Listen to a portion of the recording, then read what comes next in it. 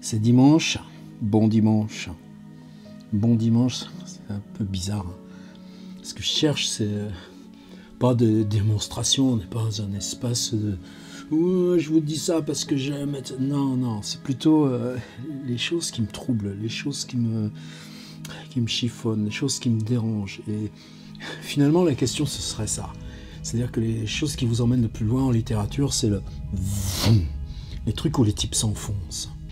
Et précisément, pourquoi ça vous emmène? Parce que ça renvoie à comment vous, en vous-même, quelquefois, ça s'enfonce. Avec un autre paradoxe. Est-ce qu'on peut décider d'aller s'enfoncer soi-même? Est-ce que ça suffit? Bah non, ça sert à rien. C'est ambivalent,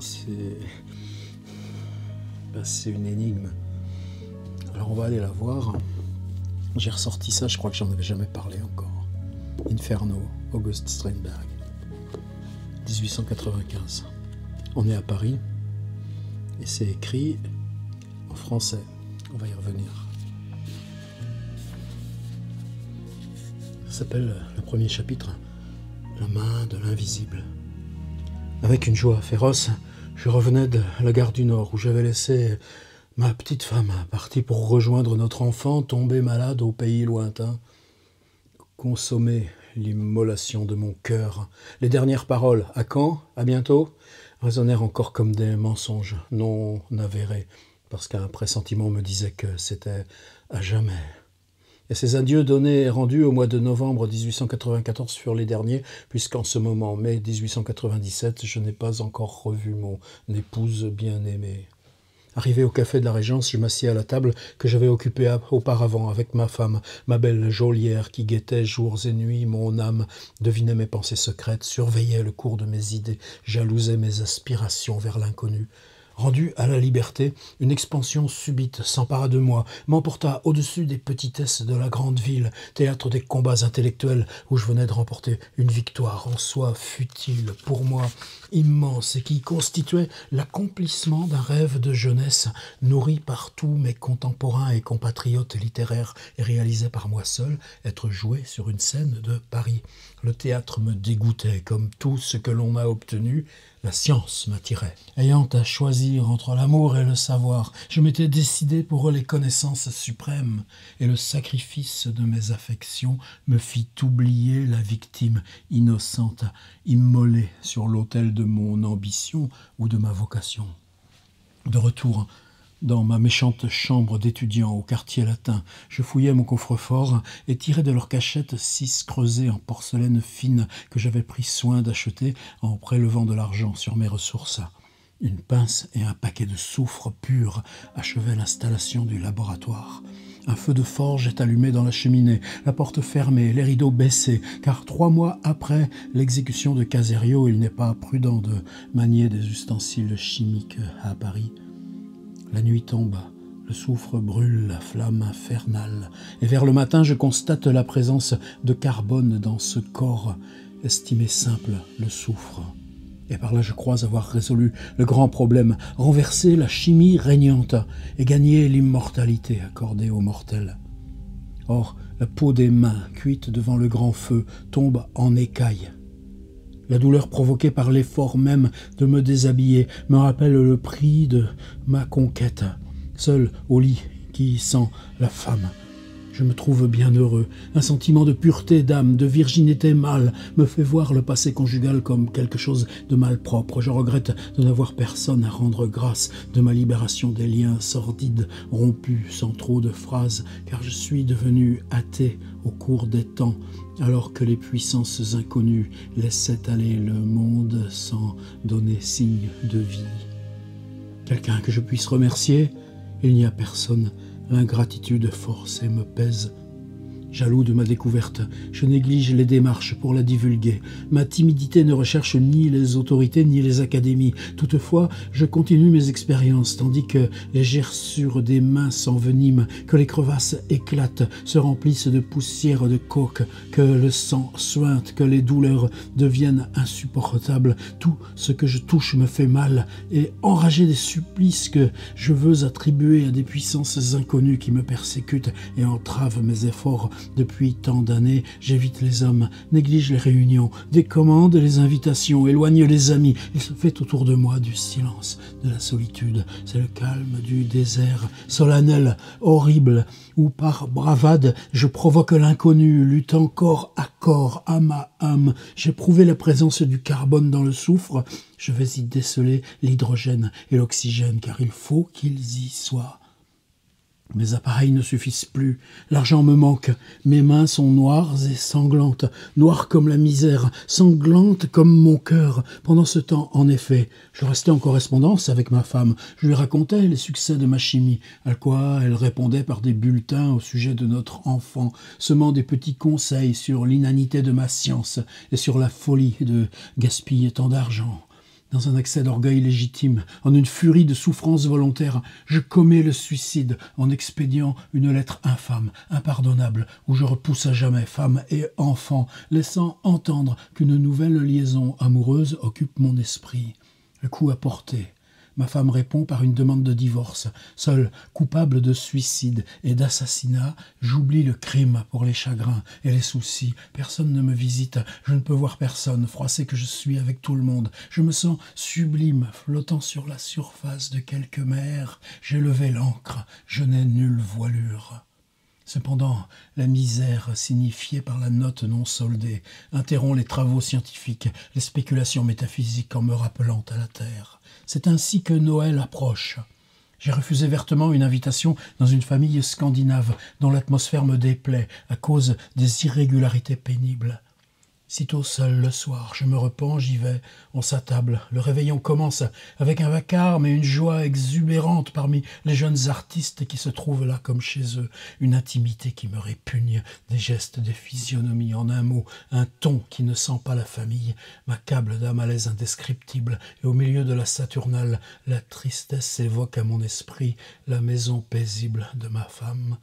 Le salon suscite en moi une vision subite. L'arbre de Noël, le gui, ma petite fille, sa mère délaissée, le remords me saisit, je me lève, prétexte une indisposition, je sors. Je passe l'horrible rue de la Gaîté, où la gaieté factice de la foule me blesse, puis la rue de l'Ambre, morne et silencieuse, la rue la plus désespérante du quartier. Je dévie au boulevard Montparnasse, me laisse tomber sur une chaise à la terrasse de la brasserie des Lilas. Une bonne absinthe me console pendant 2 minutes, puis une bande de cocottes accompagnée d'étudiants m'attaque, me frappe à la figure avec des verges, et comme chassé par les furies, je laisse mon absinthe, m'empressant d'en chercher une autre au François Ier, boulevard Saint-Michel. De Malampi, une autre troupe me hue. Ohé, solitaire! Et fouetté par les Euménides, je m'enfuis à la maison, escorté par les fanfares énervantes des mirlitons. L'idée d'un châtiment, conséquence d'un crime, ne me vient pas. Devant moi-même, je m'apparais innocent, objet d'une persécution injuste. Les inconnus m'empêchent de poursuivre le grand œuvre. Il faut briser les obstacles avant de transporter la couronne du vainqueur. J'ai eu tort, et tout de même, j'aurais raison. Cette nuit de Noël, je dormis mal. Un courant d'air froid me cingla plusieurs fois le visage, et le son d'une guimbarde m'éveilla de temps à autre. Une décrépitude croissante m'envahit peu à peu. Mes mains noires et sanglantes m'empêchent de m'habiller, de soigner ma toilette. Le souci de la note d'hôtel ne me laisse plus en repos. Je me promène dans la chambre comme une bête dans sa cage. J'ai cessé de prendre les repas. Le patron me conseille l'hôpital. Ce n'est pas une solution puisque cela coûte cher et qu'il faut payer d'avance. Alors se déclare un gonflement des veines du bras, dénonçant une intoxication du sang. C'est le coup de grâce. Cette nouvelle se répand parmi mes compatriotes, si bien qu'un soir, la charitable femme dont j'avais déserté le réveillon d'une manière indigne, elle qui m'était antipathique et que j'avais presque méprisée, vient me voir, se renseigne, apprend ma détresse et en pleurant m'indique l'hôpital comme le secours unique. Il y en a 260 grosses pages comme ça. Qu'est-ce qu'il y a après ? Vous ne le croiriez pas. C'est à la fois quelque chose qui tient du crime et d'une énorme curiosité. C'est-à-dire que Strindberg écrit en français ce livre comme il écrira juste après Légende, qui n'est pas piqué des hannetons non plus, avec des récits aussi entre autobiographie et fantasme, qui sont une suite de récits coupés les uns les autres, ce qui pose la question de la fiction par disjonction. Et comme il a écrit quelques années plus tôt, le plaidoyer d'un fou qui vieillit peut-être un petit peu plus. Alors ces livres, évidemment, sont d'abord publiés en Suède, puisqu'il est si célèbre en Suède. Attendez, on va tout mettre à plat. Et il les fait traduire en suédois. C'est pas lui qui s'en occupe, mais la célébrité de Strindberg lui vaut d'être traduit en français. Alors il passe le manuscrit à un de ses amis, qui est à la fois médecin et poète, qui s'appelle Marcel Réja. Et c'est Marcel Réja qui écrit aussi une petite introduction au livre. Si l'on entend par littérature un moyen tout artificiel d'enchaîner d'ingénieuses fictions, un agréable passe-temps de broderie et de fioritures propres à récréer les esprits naïfs des foules ou à faire la joie des esprits diserts des lettrés et des dilettantes, une habile combinaison de syllabes et d'images destinées sans plus à caresser les oreilles du badaud quelconque et à distraire par un inoffensif divertissement ces esprits fatigués de tant de lourdes et sérieuses entreprises, ce livre, le premier d'une série sous le titre Inferno, n'est pas de la littérature. Et c'est ça pour moi qui compte, ce n'est pas de la littérature de Marcel Réja. Alors Marcel Réja, ce qu'il y a dans le Mercure de France, qui est à la fois totalement frustrant, c'est qu'il fait un travail merveilleux, c'est-à-dire qu'il ajuste la langue de Strindberg sans, disons, la dénaturer. Mais en même temps, si je prends par exemple page 235, ligne 13, Strindberg écrit « Les souffrances souffertes, vous avalez tous les calices bus à Lali, tant de fois. » Allons, page 235, ligne 13. Marcel Réja, médecin et poète, à la ligne 13, écrit « Vous revivez la vie vécue depuis la naissance jusqu'au jour actuel. Vous souffrez encore toutes les souffrances endurées. Vous buvez tous les amers calices bu tant de fois. » De même, toujours la même page, si je reste de page 235, ligne 16. « L'âme, lorsque le cœur est incinéré », écrit Strindberg. Vous vous brûlez l'âme parce que votre cœur est déjà consumé, rectifie Marcel Réja. C'est-à-dire que moi je suis toujours en attente d'un Strindberg qui ne serait pas le magnifique travail de Marcel Réja, avec cette contradiction que, puisqu'ils sont amis, Strindberg valide les corrections de Marcel Réja, mais qui serait ce français à l'arrache, ce français qui gratte, ce français comme langue étrangère. Qu'est-ce qu'on a comme autre exemple les lettres des frères Van Gogh, les lettres de Vincent à son frère. C'est-à-dire, si vous prenez cette grande édition des lettres, vous verrez qu'à la fin aussi, vous avez toutes les corrections apportées au français langue étrangère de Van Gogh. Bon, ça c'est, je dirais que le travail de Réja sur Inferno est suffisamment discret, et l'amitié entre les deux hommes vrai, pour qu'on passe à travers. On va y revenir. Qui c'est August Strindberg ?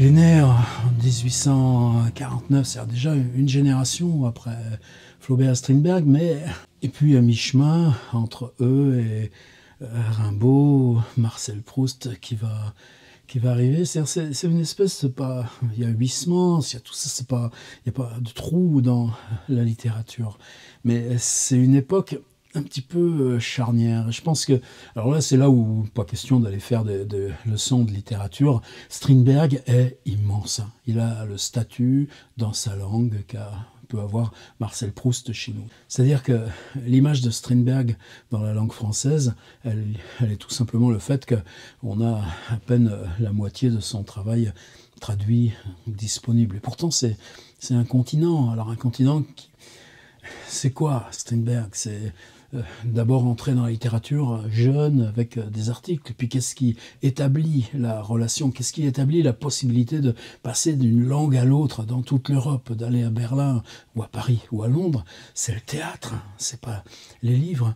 Et puis à 29 ans, il y a ce truc, alors on traduit c'est The Red Room en anglais, alors nous on pourrait dire, c'est difficile, comme pour Virginia Woolf, A room for oneself, une chambre à soi, non, on laisse tomber le titre, donc c'est pas une chambre rouge, mais si on dit un cabinet rouge, l'alcôve rouge, donc on n'a rien de, sinon cette couleur rouge, mais c'est un livre qui a 30 ans, lui lui autorise, disons, un succès massif. De ce moment-là, Strindberg est considéré, et parce qu'il est considéré, il va aligner des pièces de théâtre, etc.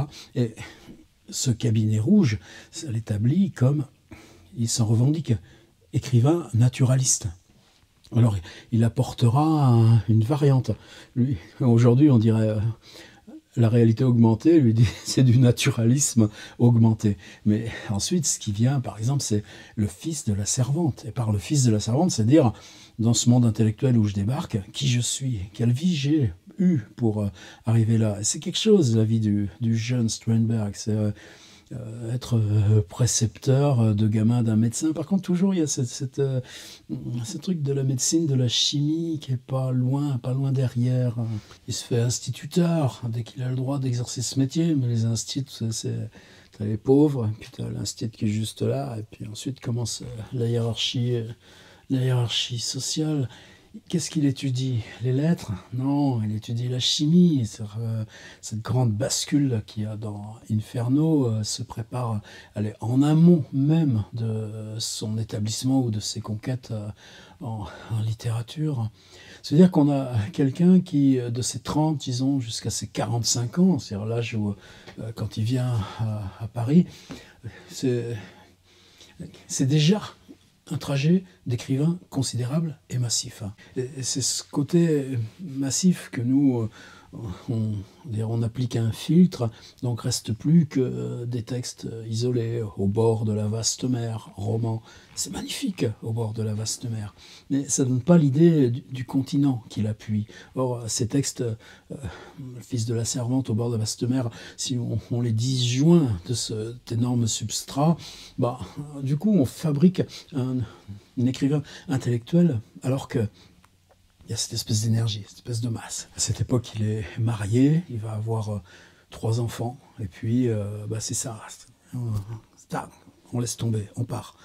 Il va être à Berlin. À Berlin, c'est cette vie de bistrot, mais qu'il partage avec Edvard Munch. Et Munch, à l'époque, ce qu'il expérimente, c'est cette espèce d'exil du Suédois dans cette ville avec immersion en brouillard, où on est loin de ces paysages de mer qui sont les leurs sans cesse en Suède. C'est ce côté terrien qui leur permet de s'enfoncer dans la vieille culture d'Europe centrale.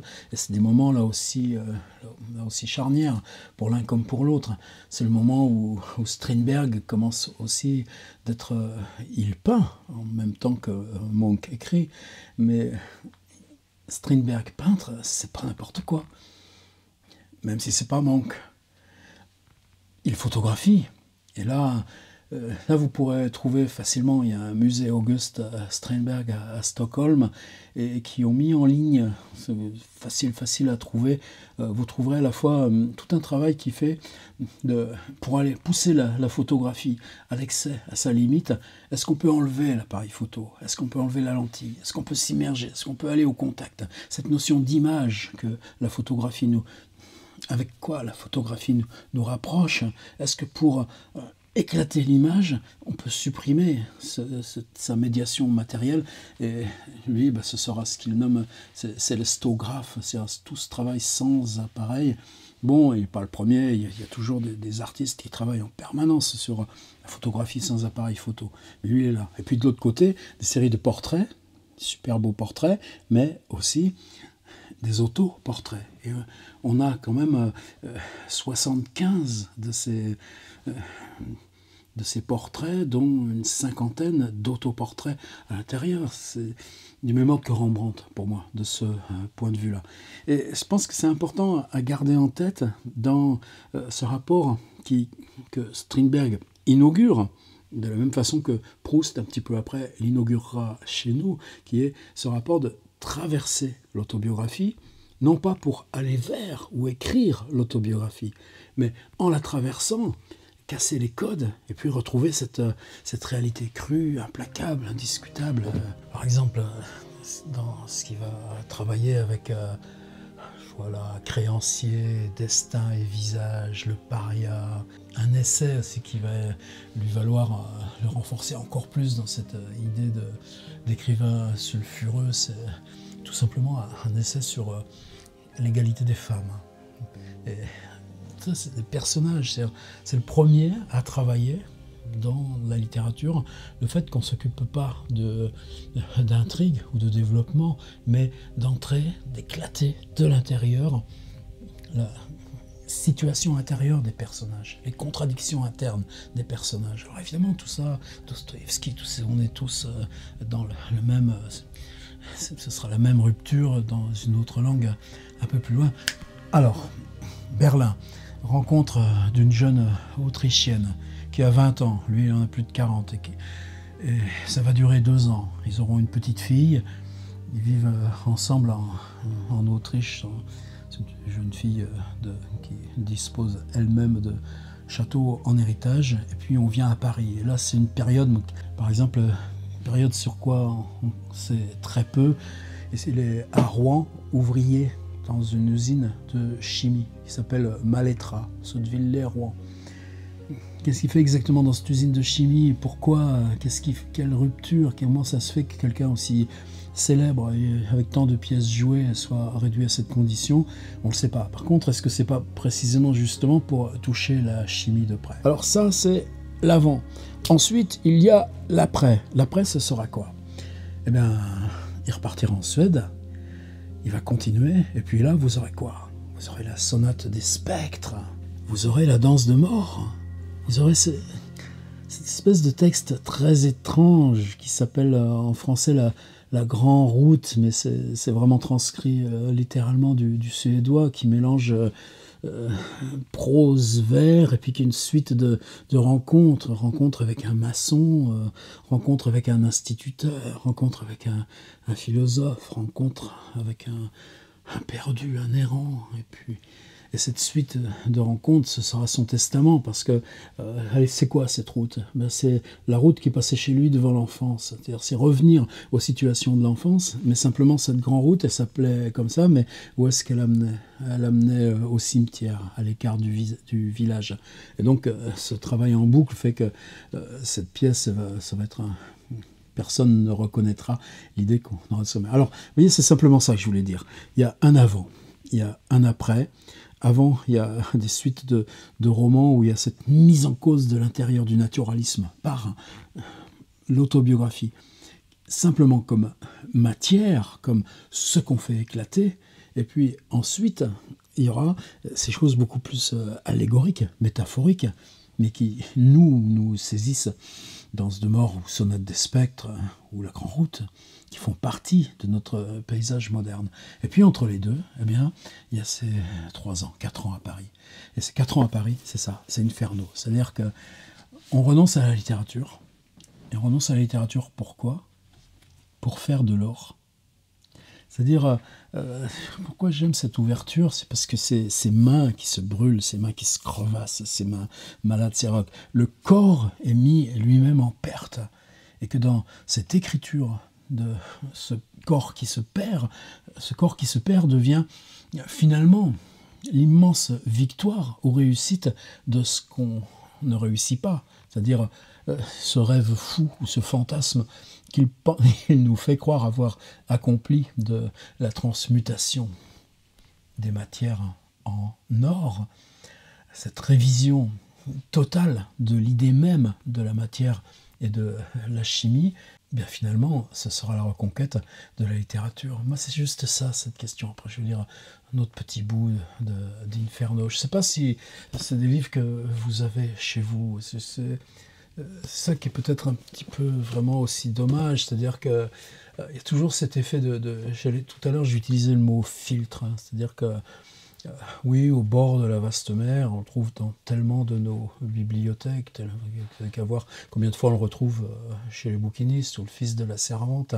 Mais ces trucs chez Mercure de France, alors il y a eu des éditions, œuvres autobiographiques complètes, tout ça, mais bon, il n'y a pas de Pléiade, il n'y a pas de choses comme ça, ça sent mauvais, quoi. Ça sent quoi? Ça sent le soufre, littéralement. Inferno, moi, c'est ça qui me fait que, pour moi, ce livre est sauvable. Vous savez que dans mes petites collections très secrètes, très confidentielles, mais finalement je commence à intégrer cette idée de confidentialité et ça me donne une autre fierté. Ce livre, on ne le trouvait plus. Jules Huret, Enquête sur l'évolution littéraire. Il interviewe, je crois, plus de 70 auteurs, dont Mallarmé, dont Zola, dont Huysmans, dont Maupassant, dont Anatole France. Il leur rend visite chez eux. On les voit tout crus, tout nus. Pourquoi? Parce qu'on voit comment ils se comportent dans le quotidien, tout simplement. Et puis au milieu, eh bien, on voit quoi? On voit les mages. Papus, ces gens-là. Donc, Inferno, quand on écrit ce texte mystique en français, on l'écrit dans le corpus général de ce qu'est la littérature dans son époque, et en particulier ce que représentent les mages, comme Papus. Et moi, c'est juste ça que j'avais à dire. Dans la vie, vous pouvez avoir fait n'importe quoi en littérature. Et l'accomplissement considérable d'un Strindberg. En théâtre, en roman, mais aussi parallèlement ce qu'il fait en photographie. Et tout d'un coup, on casse, on change de langue. Et qu'est-ce qui apparaît là? C'est la permanente déambulation dans Paris. On retrouvera dans Légende.